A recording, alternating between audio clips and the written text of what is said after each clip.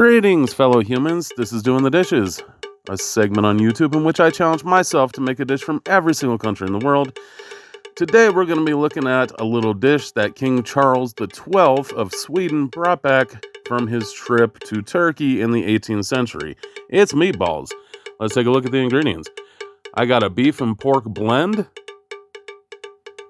some beef base, beef broth, olive oil, heavy cream, some creme fraiche.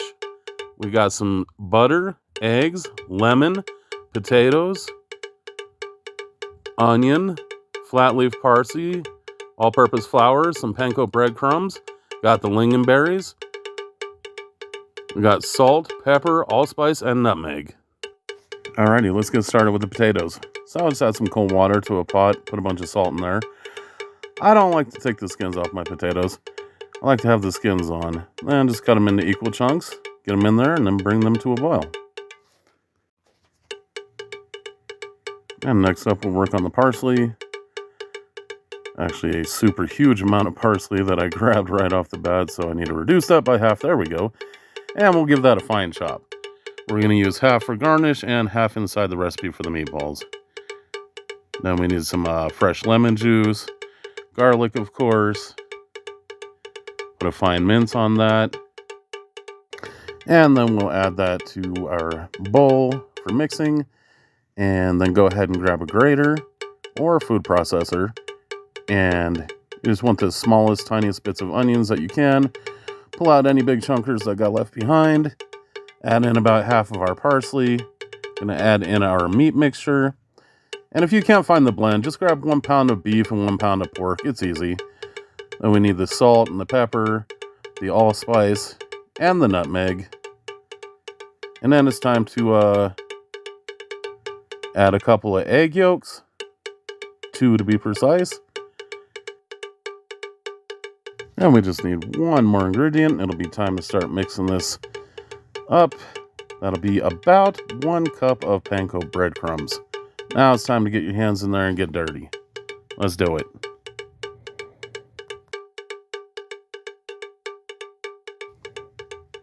And after you work it through for a few minutes and you start getting everything mixed together all nice and neat, you're going to want to go ahead and bust out a pan that about 30 or 40 meatballs will fit onto. Give it a light spray.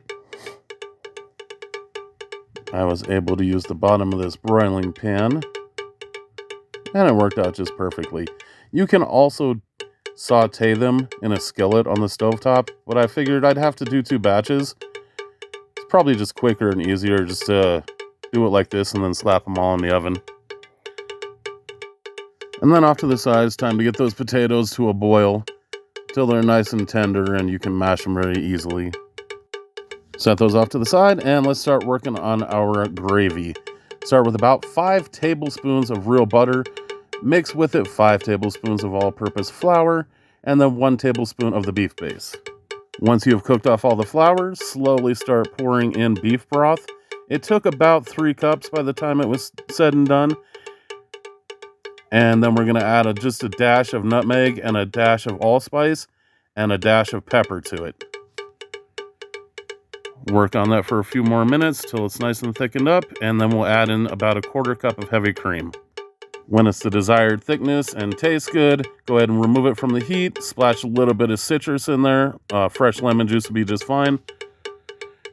And then set it off to the side.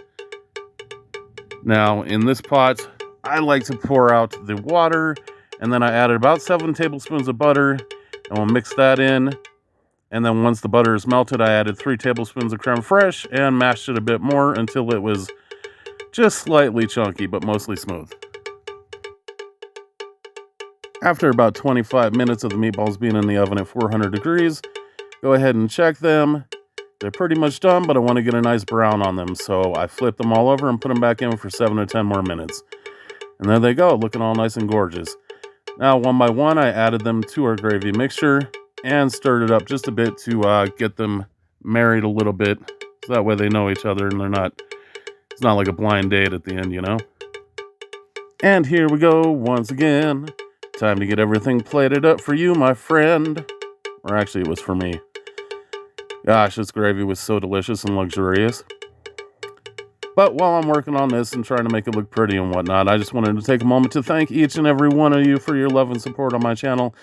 I definitely do appreciate it. And if you haven't done so already, please hit that like and subscribe button. Share my videos. I hope you appreciate the content. Like that greenery on there, huh? It looks pretty good. Let's add a little red too, make it a little Christmassy. There we go. Yeah, just like that. I have to hold myself back a bit here. I wanted to just devour this entire dish right now. But you know I had to take a picture for the thumbnail, so it took a little bit longer. But anyways, I will catch all of you on the next one. Cheers. Skål.